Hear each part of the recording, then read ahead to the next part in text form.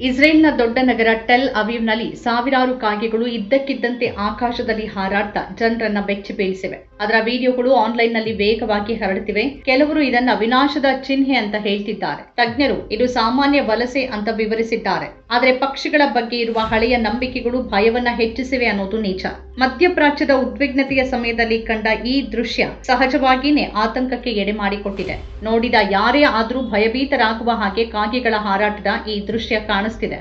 ಈ ಕಾಗೆಗಳು ಇಷ್ಟು ದೊಡ್ಡ ಸಂಖ್ಯೆಯಲ್ಲಿ ಕಾಣಿಸಿಕೊಂಡ ರೀತಿ ಇಡೀ ವಾತಾವರಣವನ್ನ ಭಯಾನಕಗೊಳಿಸಿದೆ. ಸಾಮಾಜಿಕ ಮಾಧ್ಯಮದಲ್ಲಿ ಚರ್ಚೆ ಜೋರಾಗಿದೆ. ಇಸ್ರೇಲ್ಗೆ ಏನಾದ್ರೂ ಭಯಾನಕ ಘಟನೆ ಸಂಭವಿಸಲಿದೆಯಾ ಅನ್ನೋ ಪ್ರಶ್ನೆಗಳನ್ನ ಕೇಳಲಾಗ್ತಿದೆ. ಇರಾನ್ ಖಂಡಿತವಾಗಿಯೂ ಈ ಯುದ್ಧದಲ್ಲಿ ಬಲಿಪಶು ಆಗಿದೆ. ಆದರೆ ಸತ್ಯ ಅಂದ್ರೆ ಇಸ್ರೇಲ್ನಲ್ಲೂ ಕೂಡ ಅಪಾರ ವಿನಾಶ ಸಂಭವಿಸಿದೆ. ಆದರೆ ಇದರ ಬಗೆಗಿನ ಸುದ್ದಿಗಳನ್ನ ಅದು ನಿರ್ಬಂಧಿಸುತ್ತಿದೆ. ಇಸ್ರೇಲ್ನಲ್ಲಿ ಸಾಕಷ್ಟು ಸೆನ್ಸಾರ್ಶಿಪ್ ಇದೆ.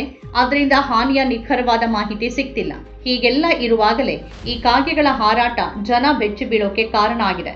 ಆದರೆ ಇದಕ್ಕೆ ಹೆಚ್ಚಾಗಿ ಹವಾಮಾನವೇ ಕಾರಣ ಅಂತ ಹೇಳಲಾಗ್ತಿದೆ. ಕೆಲವೊಮ್ಮೆ ಹವಾಮಾನ ಬದಲಾದಾಗ್ಲೂ ಆಕಾಶದಲ್ಲಿ ಹಲವು ಪಕ್ಷಿಗಳು ಗೋಚರಿಸುತ್ತೆ. ಎರಡನೇದಾಗಿ ಇಸ್ರೇಲ್ನ ಆ ಪ್ರದೇಶ ಅನೇಕ ವಲಸೆ ಹಕ್ಕಿಗಳಿಗೆ ಪ್ರಮುಖ ಮಾರ್ಗವಾಗಿದೆ.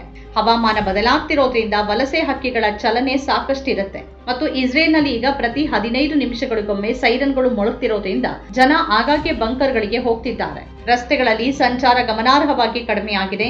ಸಂಚಾರ ಕಡಿಮೆಯಾದಾಗ ಪಕ್ಷಿಗಳು ಮತ್ತು ಪ್ರಾಣಿಗಳನ್ನ ತಡೆಯೋಕೆ ಯಾರೂ ಇರೋದಿಲ್ಲ. ಯಾವುದೇ ರೀತಿಯ ಶಬ್ದ ಇಲ್ಲದೆ ಇರೋದ್ರಿಂದ ಹೆಚ್ಚಿನ ಪಕ್ಷಿಗಳು ಮತ್ತು ಪ್ರಾಣಿಗಳು ಕಂಡು ಬರುತ್ತೆ ಅಂತ ಹೇಳಲಾಗಿದೆ. ಯುದ್ಧ ನಗರಗಳಿಗೆ, ಜನರ ಸಾಮಾನ್ಯ ಜೀವನಕ್ಕೆ, ಜನರ ಕೆಲಸಕ್ಕೆ ಹಾನಿಯನ್ನ ಉಂಟು ಮಾಡೋಕೆ ಪ್ರಾರಂಭಿಸಿದಾಗ ಜನ ಚಿಂತಿತರಾಗ್ತಾರೆ. ಜೀವ ಮತ್ತು ಆಸ್ತಿ ಪಾಸ್ತಿ ನಷ್ಟ ಹೆಚ್ಚಿದೆ. ಇರಾನ್ ಈಗ ಇಸ್ರೇಲ್ಗೆ ಮತ್ತೊಂದು ಪ್ರಮುಖ ಎಚ್ಚರಿಕೆ ನೀಡಿದೆ. ಇರಾನಿನ ಕ್ಷಿಪಣಿಗಳಿಂದಾಗಿ ಟೆಲ್ ಅವೀವ್ ವಿಮಾನ ನಿಲ್ದಾಣವನ್ನ ಸ್ವಲ್ಪ ಸಮಯದವರೆಗೆ ಮುಚ್ಚಲಾಗುತ್ತೆ. ಇಸ್ರೇಲ್ ಮೇಲೆ ಒತ್ತಡ ಇರುತ್ತೆ ಮತ್ತು ಸಾರ್ವಜನಿಕರು ಆ ಒತ್ತಡವನ್ನ ಸೃಷ್ಟಿ ಮಾಡ್ತಾರೆ. ಟ್ರಂಪ್ ಹೇಳಿದ 5 ದಿನಗಳ ವಿರಾಮದ ಅವಧಿ ಶುಕ್ರವಾರ ಕೊನೆಗೊಳ್ಳುತ್ತೆ. ಹಾಗಾದ್ರೆ ಶನಿವಾರ ಮತ್ತು ಭಾನುವಾರ ಏನಾಗುತ್ತೆ? ಶನಿವಾರ ಮತ್ತು ಭಾನುವಾರ ಅಮೆರಿಕ ಮತ್ತು ಇಸ್ರೇಲ್ ಮತ್ತೊಮ್ಮೆ ಆಕ್ರಮಣ ಕಾರ್ಯಕ್ರಮಕ್ಕೆ ಇಳಿಯತ್ತಾ? ಇರಾನ್ ಬಹಳಷ್ಟು ಹಾನಿಯನ್ನ ಅನುಭವಿಸಿದೆ. ಆದರೆ ಪ್ರಶ್ನೆ ಏನು ಅಂದ್ರೆ ಈ ಯುದ್ಧ ಈಗ ಹೇಗೆ ಮುಂದುವರಿತಿದೆ ಅನ್ನೋದು. ಎರಡೂ ಕಡೆಯವರು ತಮ್ಮ ಷರತ್ತುಗಳನ್ನು ಮುಂದಿಟ್ಟಿದ್ದಾರೆ. ಮೊದಲನೇದಾಗಿ ಅಮೆರಿಕ ತನ್ನ 15 ಅಂಶಗಳ ಬೇಡಿಕೆಯನ್ನ ಮುಂದಿಟ್ಟಿದೆ. ಇರಾನ್ ಕೂಡ ತನ್ನ ಬೇಡಿಕೆಗಳನ್ನ ಮುಂದಿಟ್ಟಿದೆ. ಆದರೆ ಇರಾನ್ ಯಾವುದೇ ಸಂದರ್ಭದಲ್ಲೂ ಬಿಟ್ಕೊಡೋಕೆ ಸಿದ್ಧವಿಲ್ಲ ಅನ್ನೋದು ನಿಜ.